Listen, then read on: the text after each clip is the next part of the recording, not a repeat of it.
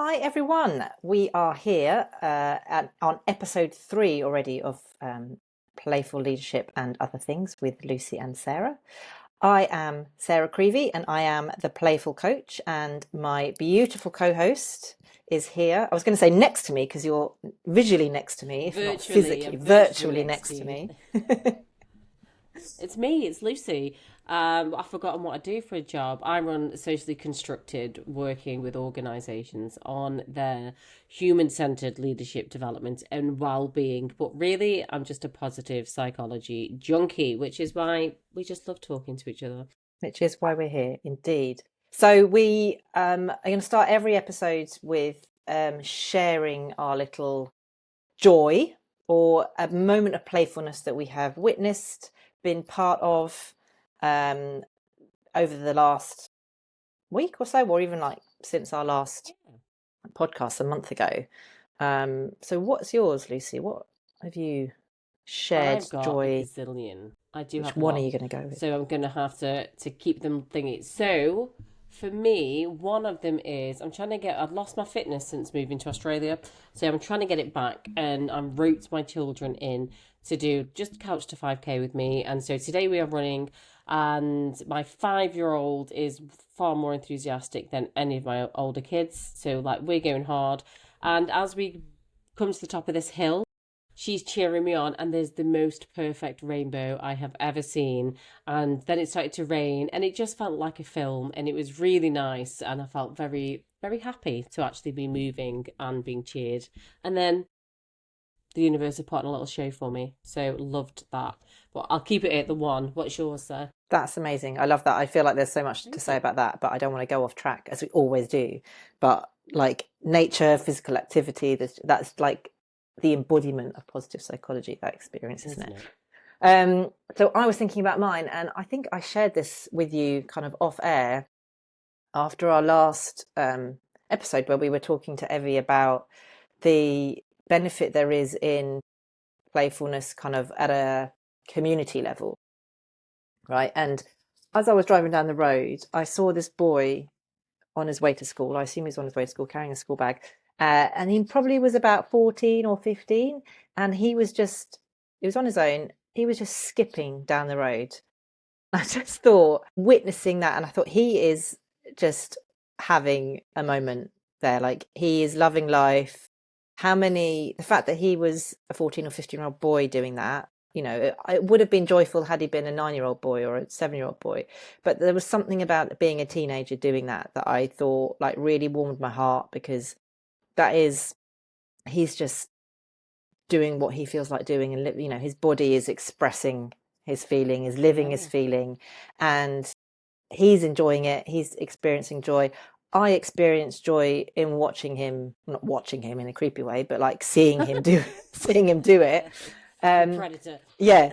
And it just made me think of that whole idea of like, actually, when we're noticing these joyful moments and these playful moments, it's not, we don't have to be, because a lot of people say to me, but I'm not really feeling very playful because this has happened, and I'm feeling a bit rubbish today, and blah, blah, blah. And that's fine. You can still be an observer of these things and get the benefit from them. So it's a bit like your rainbow example as well. Like it's sometimes what the universe serves up to you, like what's in your environment that is joyful in some way, that is playful, that brings, like, connects with that part of yourself. You get the benefit from that. So it's not all about you, it's about what's around you. Exactly. Emotional contagion. I'm sure we must have touched upon this before.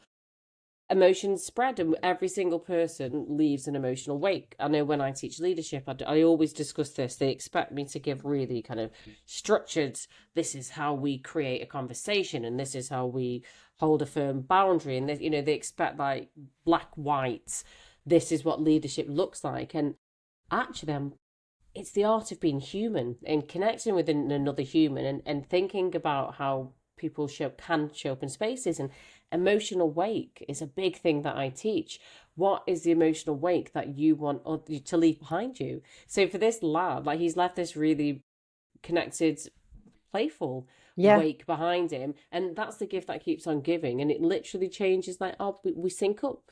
our brainwaves will sync up, our body will literally, our nervous system respond to that. It's so powerful.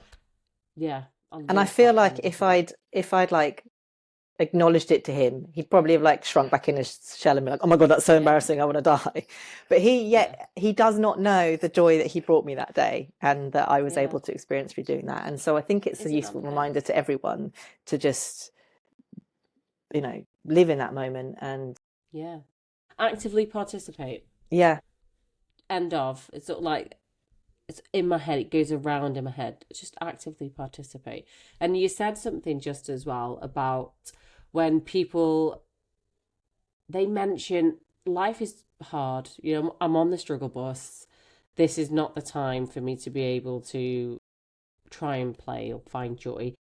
We know, we've said it before, this is when you got to double down on finding the good stuff. And off air, Sarah and I were discussing my year so far and how it feels like I was trying to remember what the Queen had said, my annus horribilis or whatever, this awful year. And I said, I feel like this is mine. It's been like from January, I have been on the struggle bus.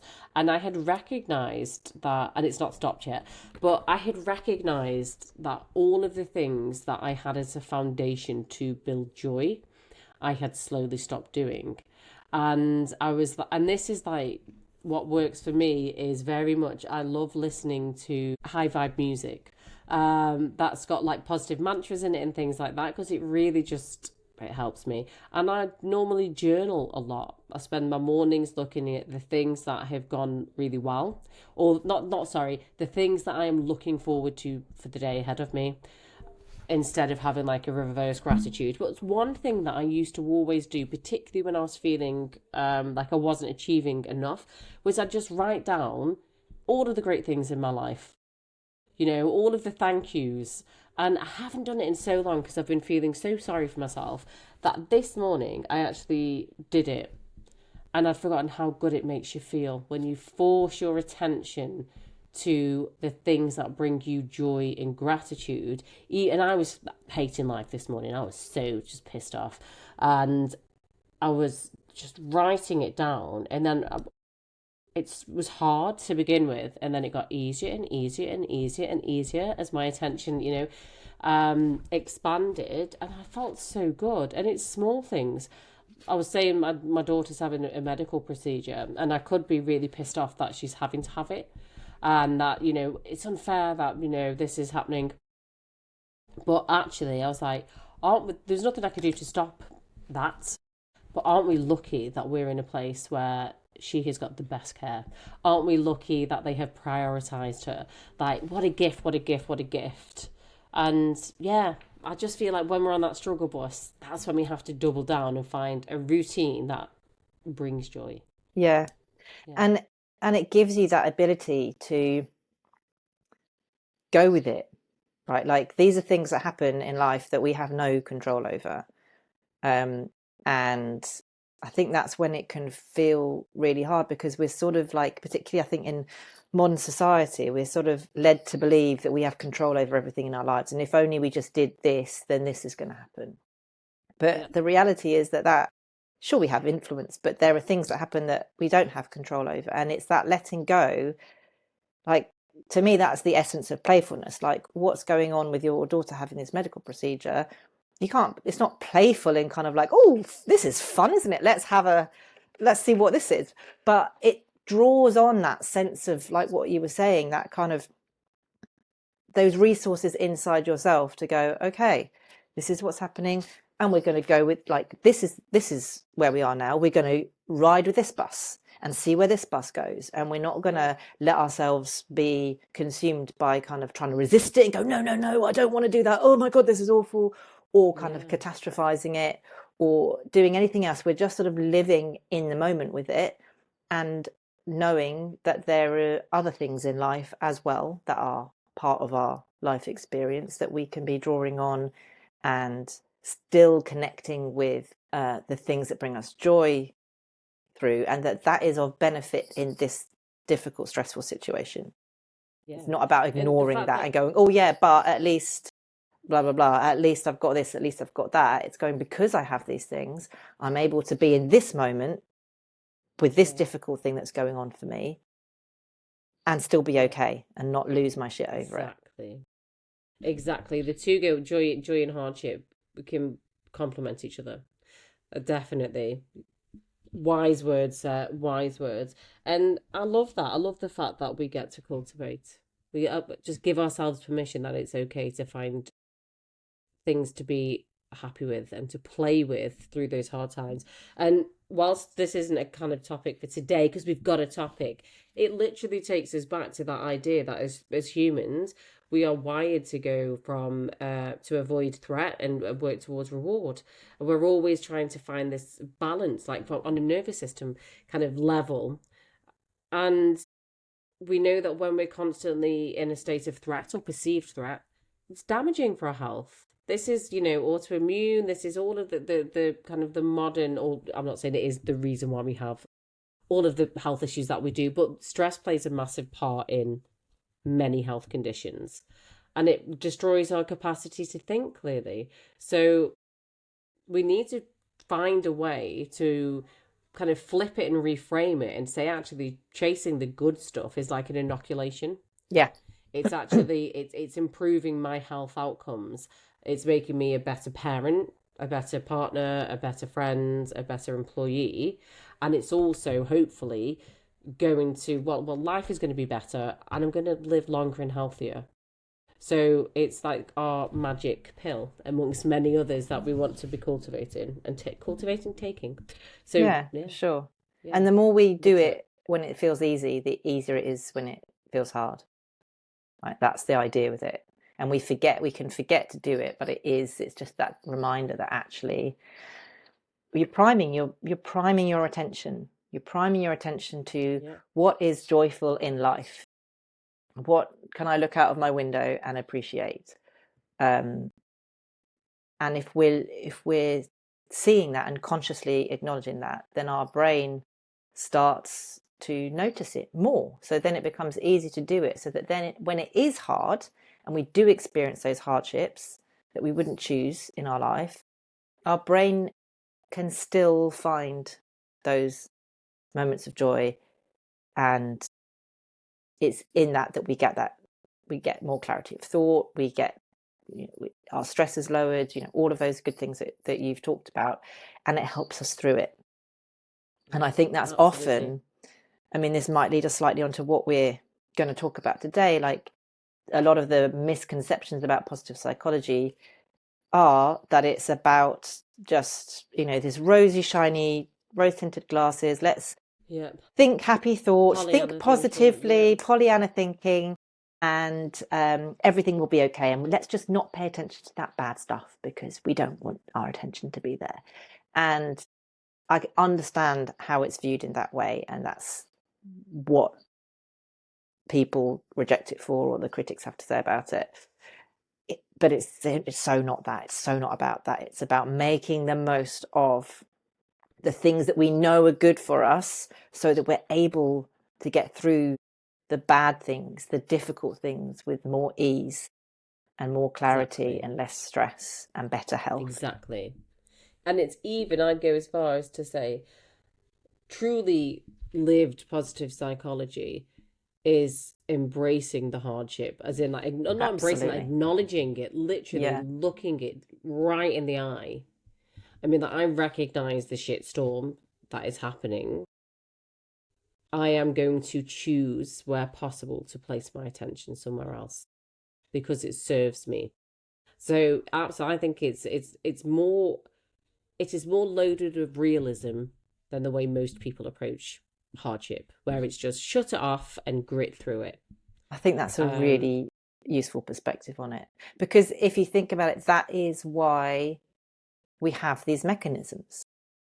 We have evolved to have these mechanisms to help us thrive, because we need things to help us thrive through hard times. That is how we survive as a species. And the world as it currently is throwing a lot of hard times at us.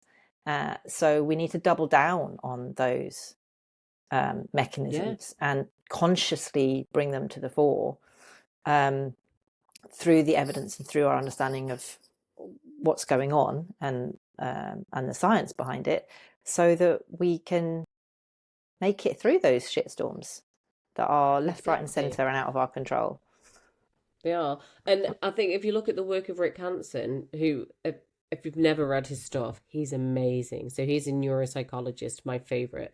And he writes in a really accessible way. It's not boring. It's not boring and neuro heavy. But he describes the brain is Velcro for negative stimuli and it's Teflon for positive. We know it. You know, we one negative thing in the brain holds on to it. Positive slip. So if we go back to Barbara Fredrickson, what does she say? We need for every kind of negative interaction to have that kind of neutrality reinstated. We need to have about 5 positive interactions. And we know that as people, we remember criticism and negative, but we respond to praise. We respond to the good stuff. It opens us up. I always think negativity, or not negativity, like more negative effect is it keeps us alive. You know, the brain is always scanning for that negative stimuli in our environment, survival. But cultures are built, beautiful art, beautiful buildings, they are built on this positive emotion, building joy. And that maybe is another one. Why have we destroyed modern architecture? Because it was used to be built for joy and beauty and like a nourishing effect, and now it's not. Anyway, that's another podcast that just popped into my head.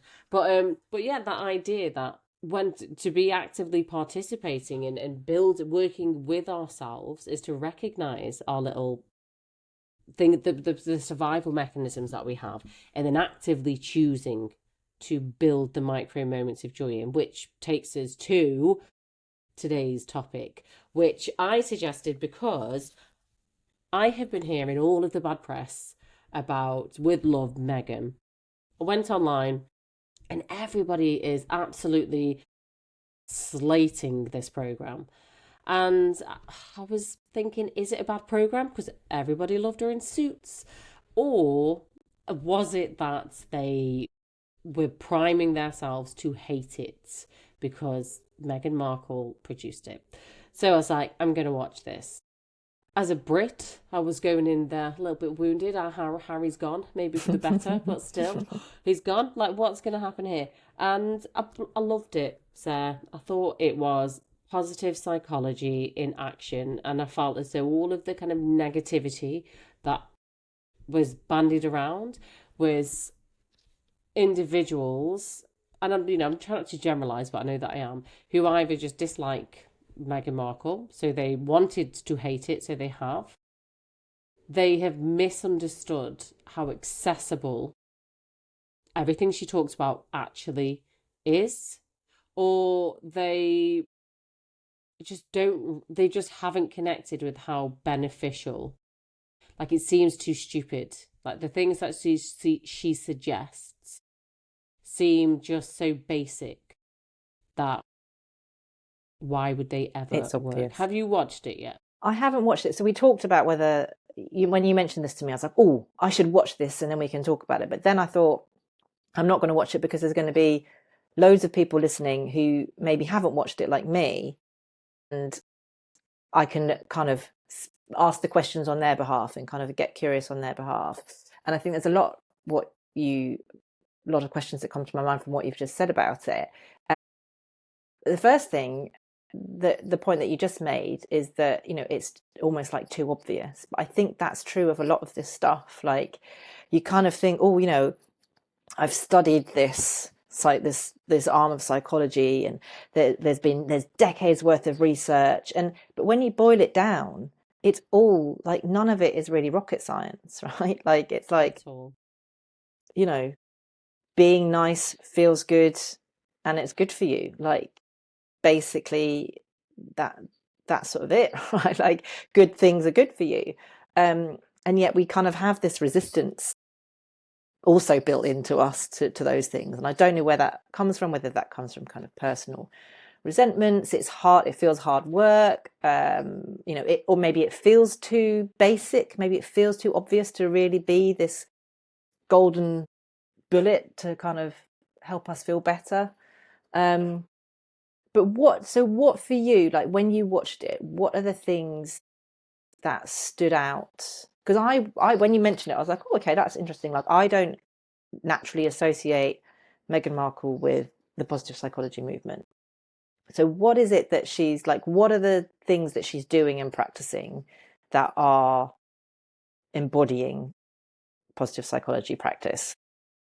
Okay, so there's like three things you've just touched on there. One, why do we dismiss the obvious? I believe it's because like in society with press which feeds on the negativity bias, a culture where we are sold to on negativity, our weaknesses, it hasn't been advantageous to.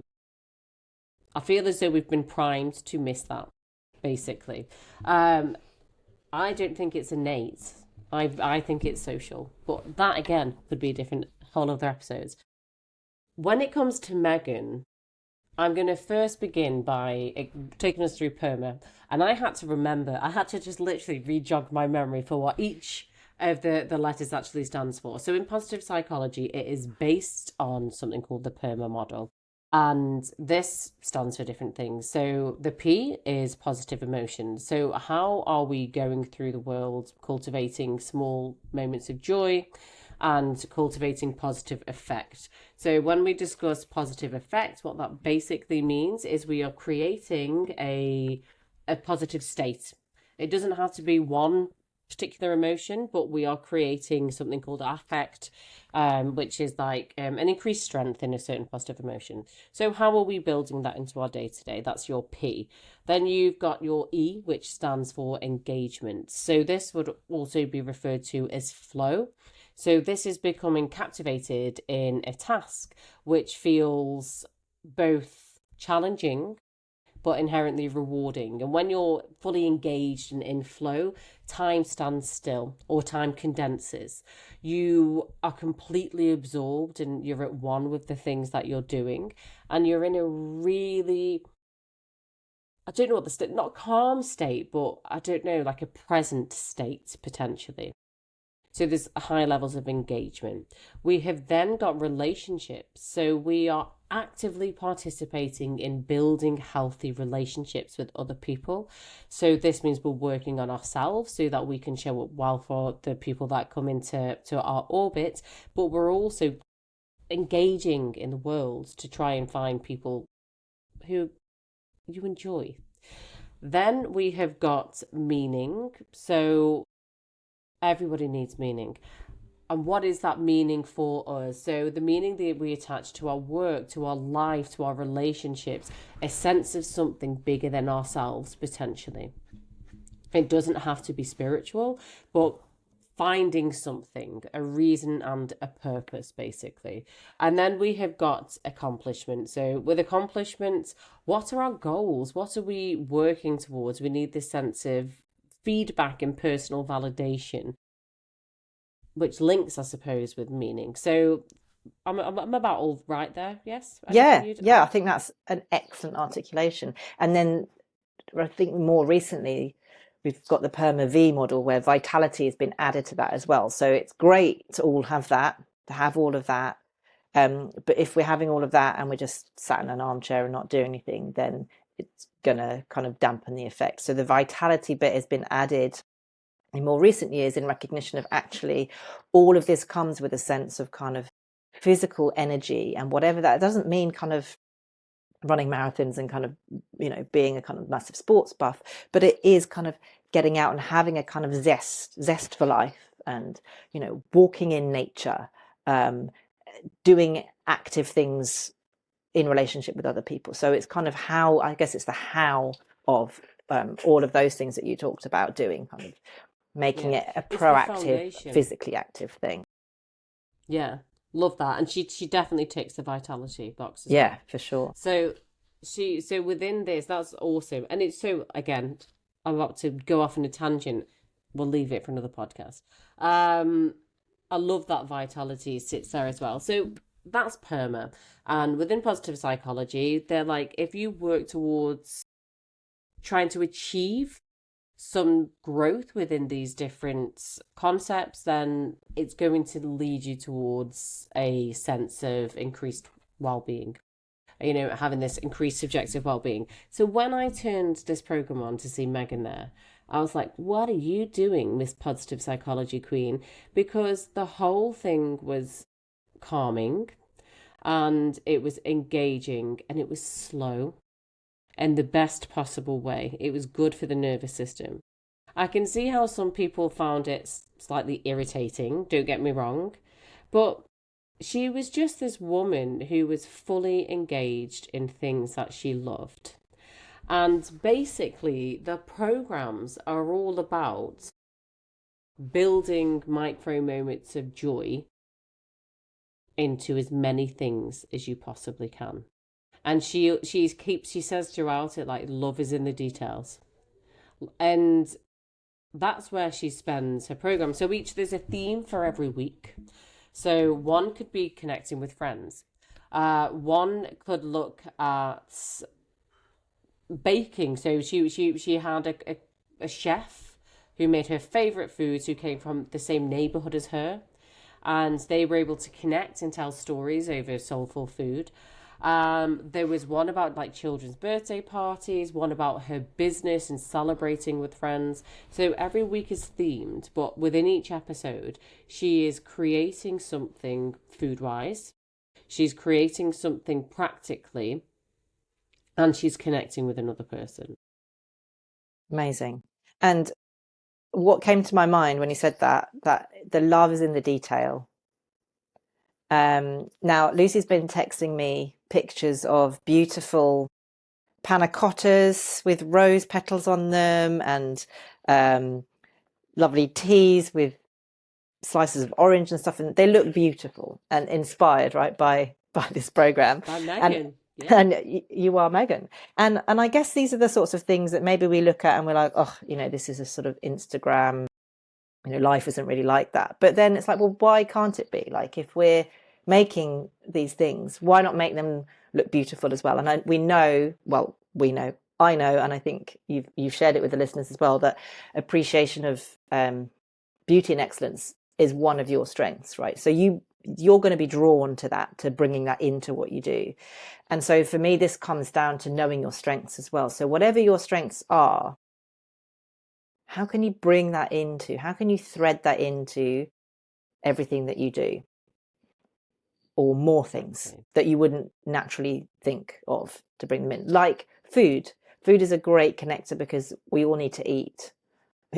Like all of us. Like if nothing else, we have nothing else in common with someone, it's that we're both human beings and we need to eat, right? So let's connect over that in some way. And how can I bring my strengths to the fore when I'm cooking, or when I'm eating, or when I'm having a meal with somebody? Even when go on, sorry.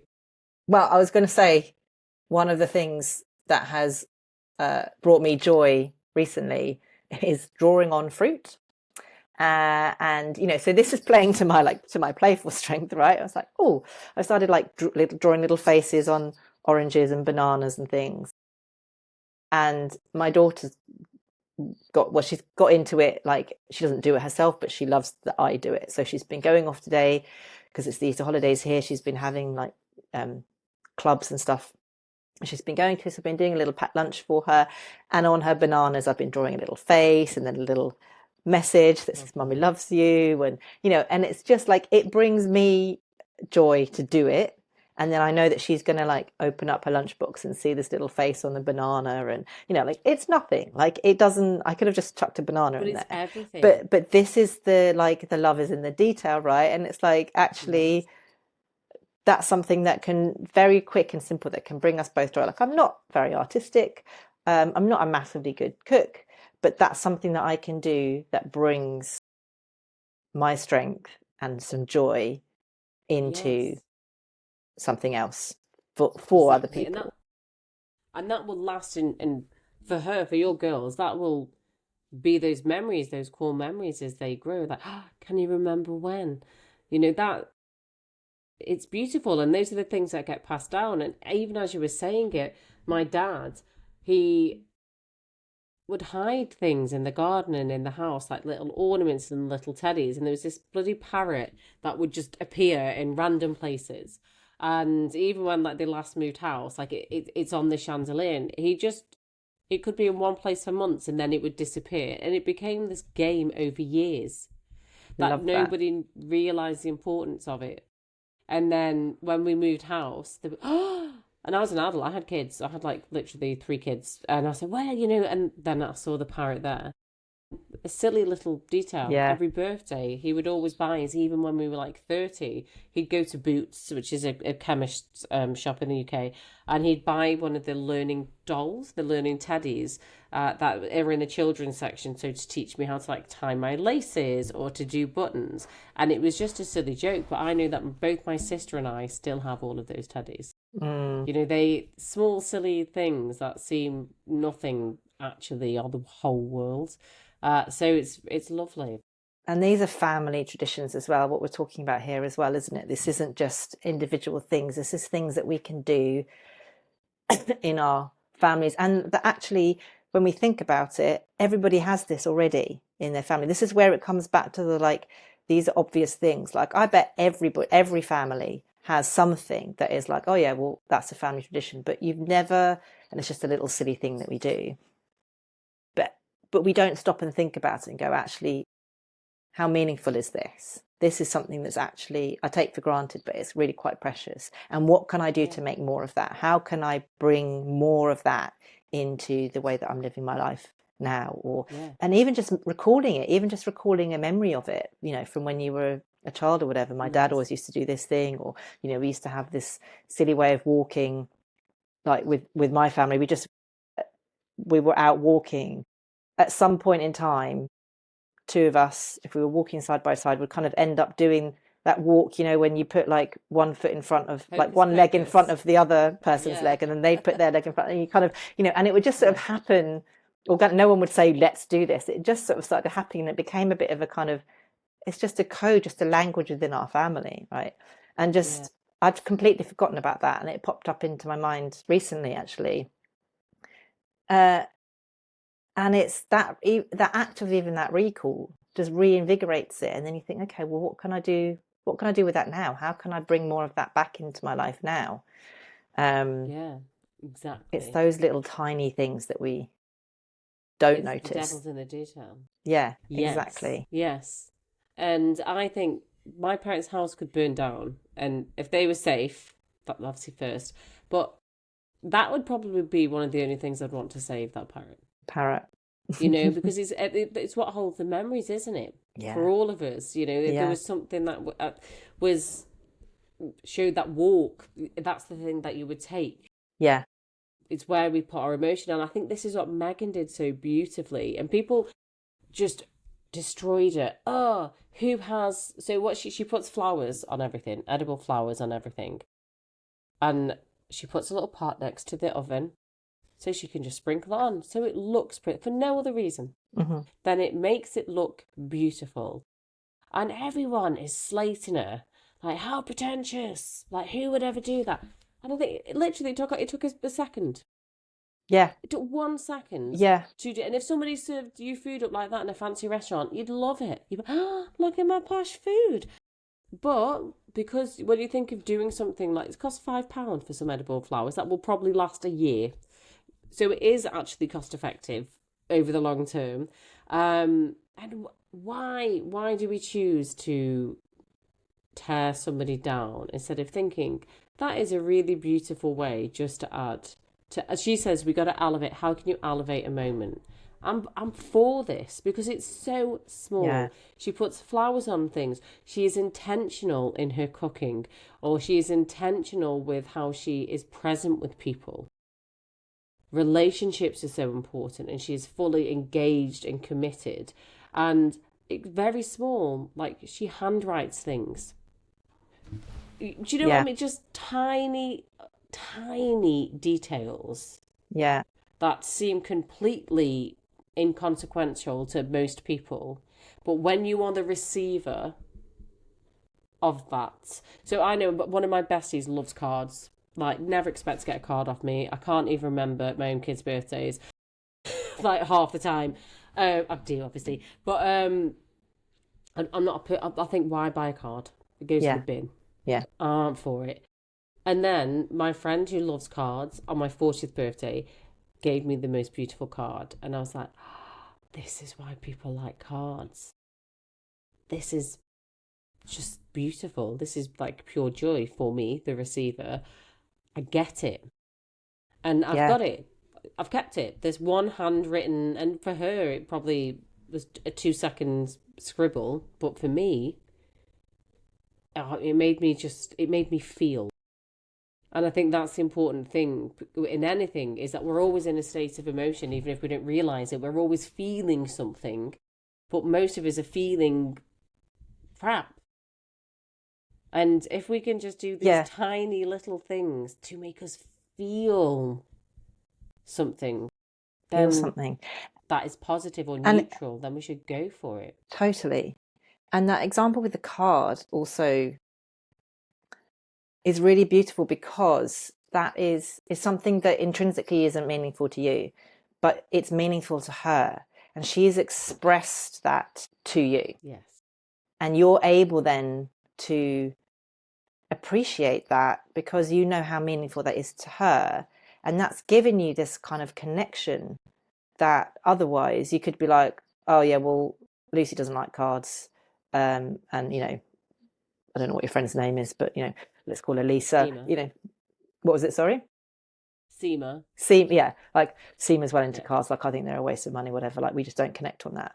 But instead, through her just being herself and valuing, like, I feel like there's something about self-worth in this, like valuing yourself and your own meaning enough to express it with confidence, so that other people see it, and they see you through doing that, right? They see you through doing that. That's not giving Lucy a card because I want to please Lucy, because Lucy actually doesn't give a shit about cards. Like, that's not what it's about. This is about my personal expression, and because it's about her expressing her meaning to bring herself joy, like towards you, that's something that you can get on board with and appreciate. When you have, and like, going that back collective... to the go on. No, finish what you're saying. The collective. No, you go. After you. Well, just going back to the flowers by the food thing, like, I totally get how some people, that's just not their jam. They're going to be like, well, that is a waste of time, whatever. But actually, to your point, it's something very small, and if for you that's something, and for Megan that's something that just lifts it adds a little bit of joy, who cares? It's like glitter, it's like sprinkles. Like, you know, I choose to write. I'm going to find the pen now. My chair's creaky, so that's not good for the podcast. But I have all of these pens, right, that have different colours on them. This is a fairly standard one, but I've got other ones with different, like pink and purple and different kinds of colours. And I write with those, and I choose to write a different colour for, you know, different notes, different meetings, whatever. And it's a tiny thing, but it means something to me to then have a notebook that is full of different colour. If it was all just a standard blue pen, then like, it would still be fine, like nothing major would change, but it's just a tiny, the job's been done. But do you know what? To just be able to pick a colour, like, what mood am I in today? Oh, I'm in an orange mood. I'm going to see what it's like to write with the orange pen today. It just does something for me that lifts me, that brings me that tiny bit of joy, that connection to myself. And who knows, like, other people might see that and go, oh, wow, that's cool. She's writing in an unusual colour. Like, that then can still be contagious and still be spread. And it makes no difference. It makes no difference to other people. Like, it's not harming anybody else. It's bringing a tiny bit of extra joy to me. And I'm worth that extra money that I'm spending on, like, more pens than I might otherwise need, because it brings something of greater value to me than actually just what the pen does. Exactly. And I think I like the fact that you used a pen there, because it is that idea that I think, by the way, not knocking it, because we're all, or the vast majority of us, are in the same position, but life is about getting it done. That kills me. And I get pulled into that as much as anybody else. And it's the biggest trap ever.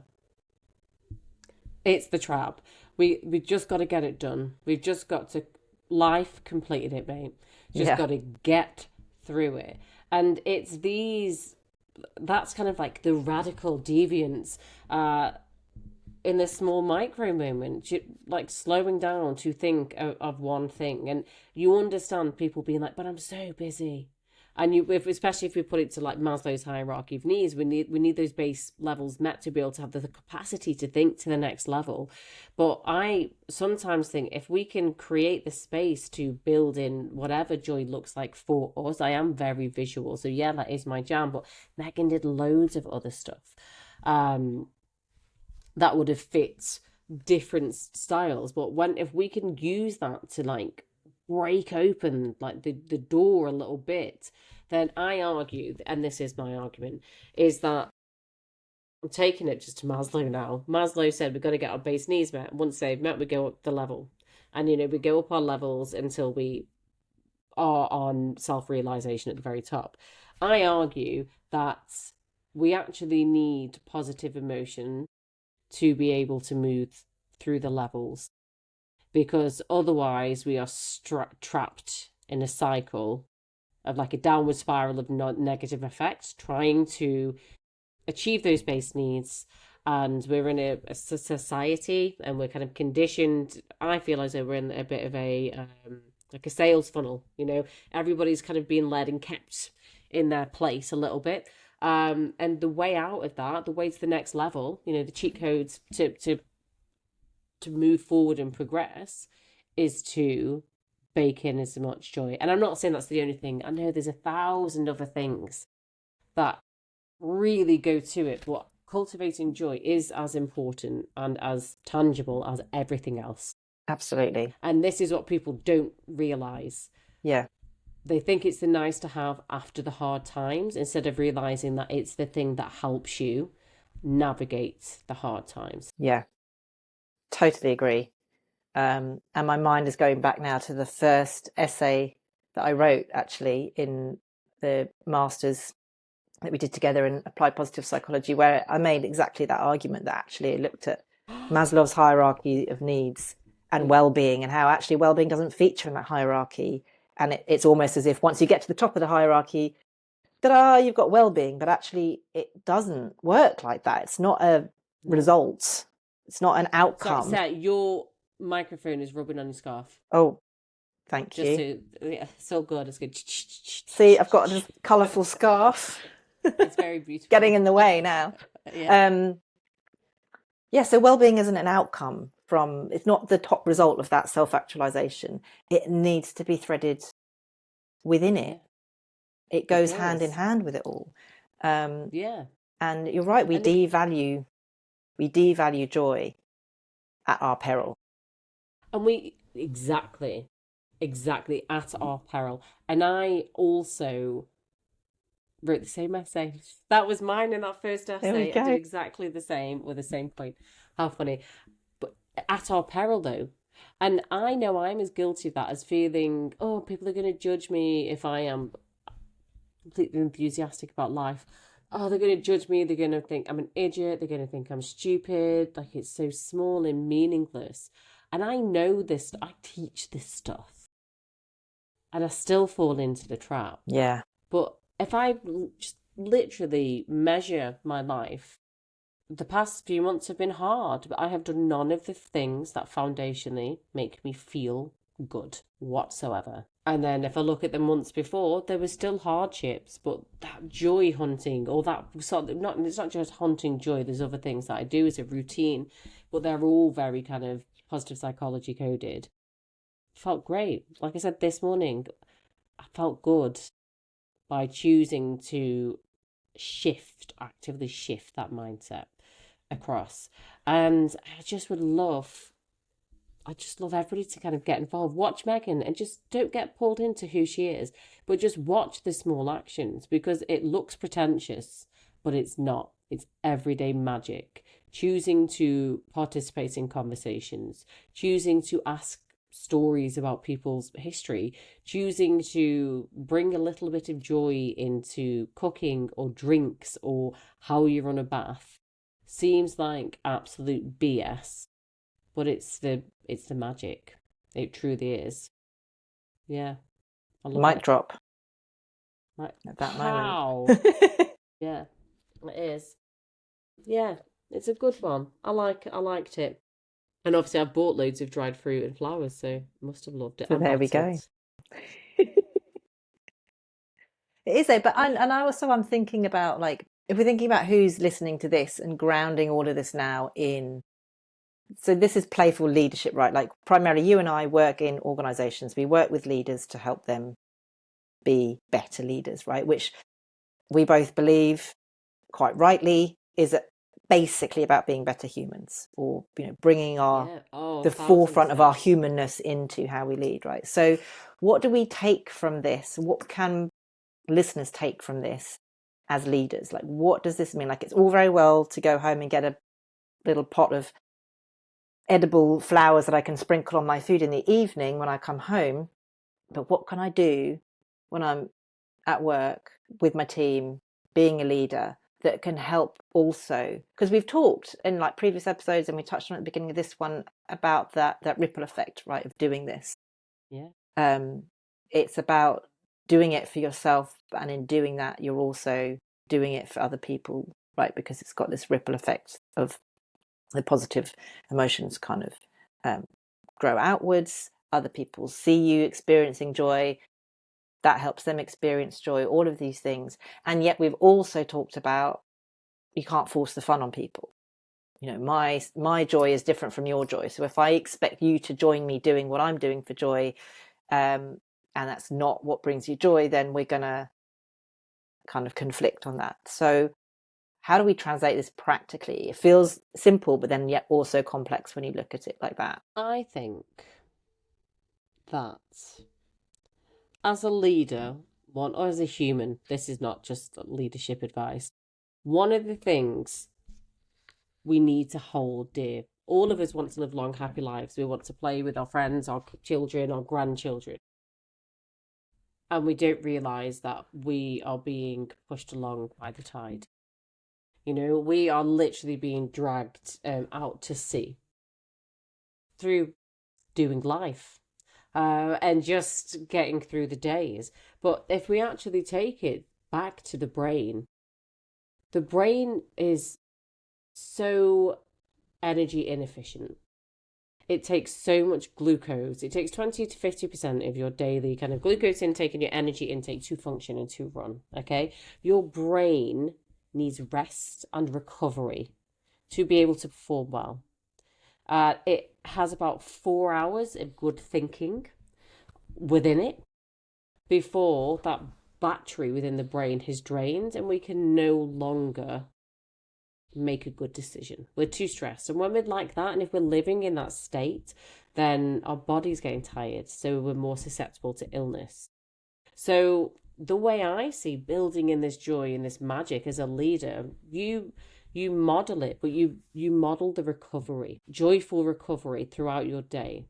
So when you are acting in a brain friendly way, you're realizing that this fluff is hard science and it's actually making individuals more productive, healthier, and hopefully to have increased well-being. So for me, it would look like allowing, or not like enforcing is a very strong word, but having breaks between meetings, bulking work together by task. But when you're buffering those meetings, trying to, I don't know, model that joy, having that ritual at work of having the herbal tea in a certain way, or having a walk in a certain way, or doing something that feels great for you, but baking it into your micro breaks throughout your day, knowing that not only are you hopefully going to have an increased feeling of positive effect, but actually you're giving your brain the rest and the nourishment it needs for you to be more productive. I don't know if there was too much information in that it wasn't clear, but I hope you got the gist of that. What I heard was basically role modeling good, healthy practices for yourself. Yeah. And as a leader, You need to be role model. You can't enforce them on other people. But if you're role modeling it, you're setting that culture, you're setting that example, and it has that ripple effect. And I think that goes back to that point we made earlier, that it feels so obvious. It's like, oh, is that it? Yeah. But actually, that's really hard. It's really hard to role model that stuff because stuff gets in the way. Stuff gets thrown at us. We get sucked into this, and as you said earlier, like you and I have studied this stuff, we teach this stuff, and yet we're still subject to getting drawn off course with it. And we need reminders all the time to stick at these things. Yes. And find the habits. Like it's a piece of work to find the things that work for you, because we know there's not a one size fits all approach to this. It's not a kind of cookie cutter, this is how you need to structure your day. That's a piece of work in itself. Learning to get to know yourself, to understand what works, what doesn't work, to hold those boundaries really effectively is a piece of work. And then once you've discovered that, to keep on practicing it and to keep the faith that it's doing good for more than just the moment that you're doing it. You're investing in your future resources. You're investing in, and from a leadership perspective, you're investing in your team by investing in yourself, right? That's also another piece of work. Plus, you've got all the work of being a leader on top of it, right? So it's not an easy thing. But going back to that Maslow triangle, it's fundamental to doing the rest of the stuff, right? And we don't think about that as being playful, but actually what we're doing is connecting to that core self.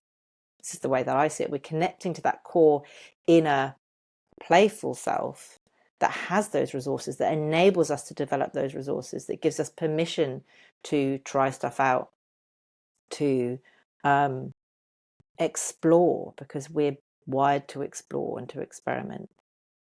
That then enables us to find those practices and weather those storms and build that resilience. I don't know.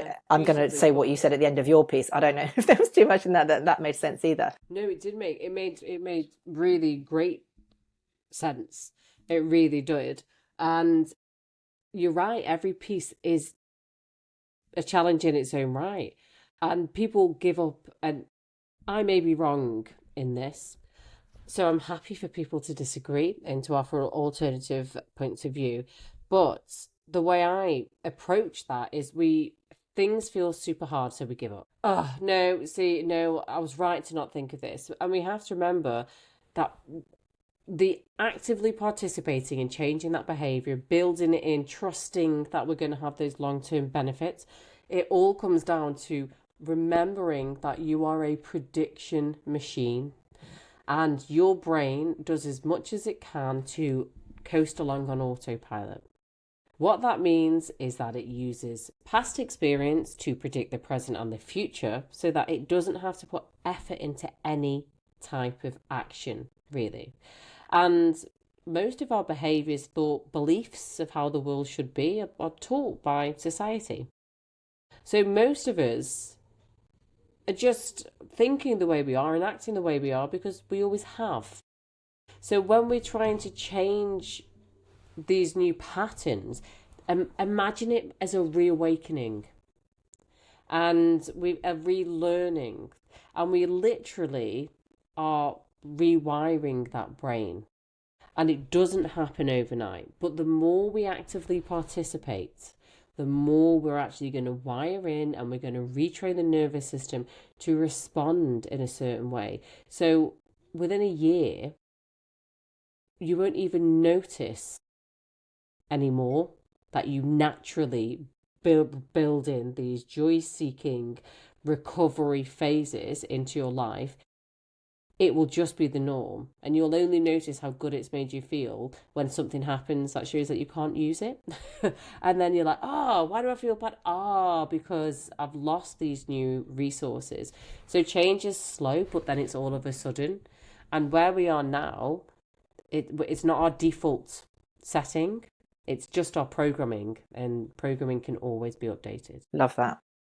And what comes out for me in all of this as well, and we do have to wrap up shortly, is all of this, threaded through all of this, is the concept of intentionality and being intentional about how we do things, why we do things, and that not just being because, oh, Lucy does it like that, so I'm going to do it like that. It's actually, well, what's the way that I want to do this? Do I want to have petals by my food? Or maybe for me, it's something else. Maybe it's having some seeds, or maybe it's, sitting outside to eat, or I don't know, whatever it might be. Like, what is one thing that you can intentionally start to thread in that is low effort as well? Because on that point about the brain and the wiring and everything, like if we try and suddenly do everything, like say we watch With Love Meghan and we're like so inspired, but we want to live Meghan Markle's life, and we try and do everything that we see in that program, we're going to fall on our face and then be like, oh, it didn't work. Your brain's going to be exhausted. Right. But it's one tiny little thing. Exactly. It's exhausting. It's not tenable. It's changing too much stuff. So it's, where do we start? Like, what's one small playful practice that you can build in to your daily life?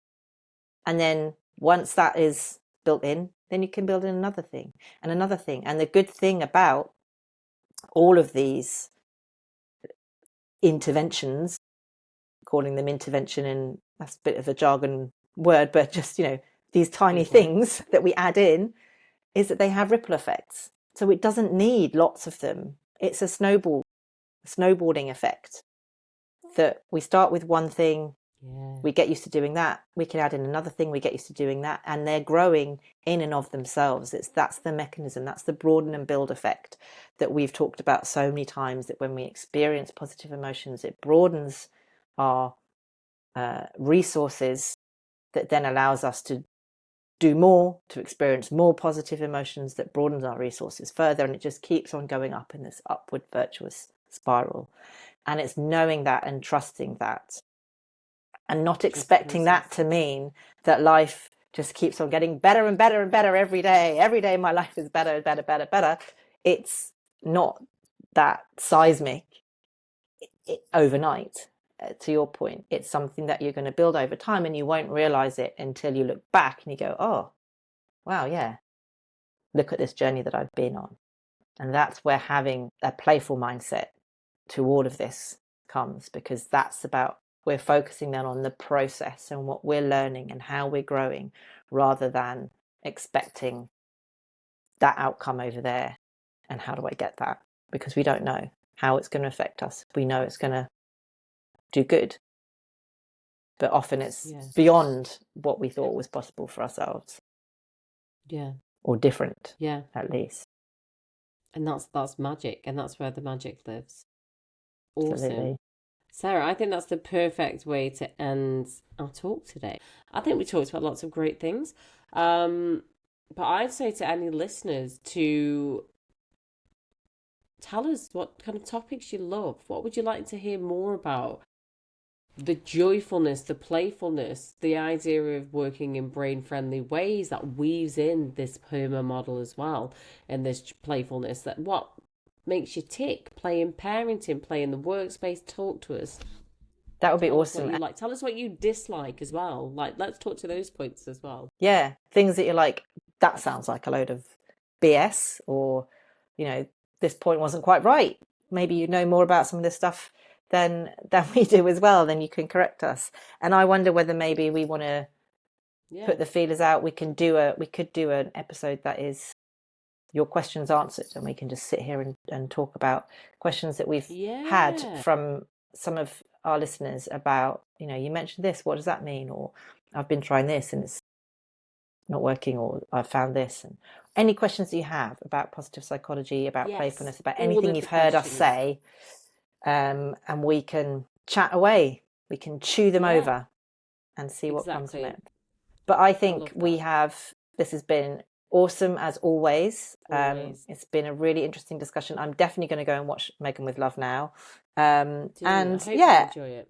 Also for me, it's just been a reminder, and I know I've been the one saying it, but it's also a reminder to me to just keep being intentional. Don't drop the ball on these things. Like, these are the small, tiny things that matter. Yeah.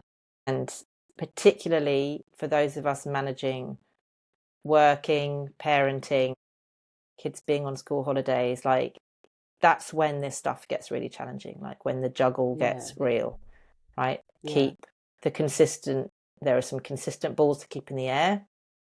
Finding joy, let that be one of them. Yeah, and that's the biggest gift we can actually give to our kids, because they learn that becomes baked in for them and their life is easier as they grow. So it is an act of giving when you chase your own joy. For sure. There we have it. Awesome. All right then, my love. I'm gonna go. I will see you. I'm gonna go to bed. Yeah, you need to get off to bed. I need to get on with my day, and I will see you again next time. Yeah, take it easy. Bye. Bye. Bye.